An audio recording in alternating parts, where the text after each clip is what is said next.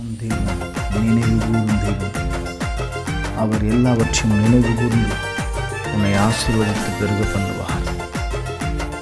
ஈசாக்கின் பெருக்கத்தை தடுக்க நினைத்த அநேக கண்களுக்கு முன்பாக கர்த்தர் அவனுக்கு ஒரு ரகபோத்தை கொடுத்து நினைவு கூர்ந்து ஆபிரகாமின் நிமித்தமாய் நான் உன்னை ஆசீர்வதிக்கிறேன் என்று சொல்லி ஆபிரகாமுக்கு கொடுத்த வாக்கை நான் நிறைவேற்றுவேன் என்று சொல்லி ஈசாக்கை பெருக பண்ணினது போல அவர் தானே நான் உன்னை பெருக பண்ணுகிறேன் என்று சொன்னாமல் ஆபிரகாமின் நிமித்தமாய் உன் ஊழியக்காரனை நினைவு கூர்ந்து நான் உன்னை ஆசீர்வதிக்கிறேன் என்று சொன்ன தேவன் நினைவு கூறுகிற தெய்வமாக இருக்கிறார்.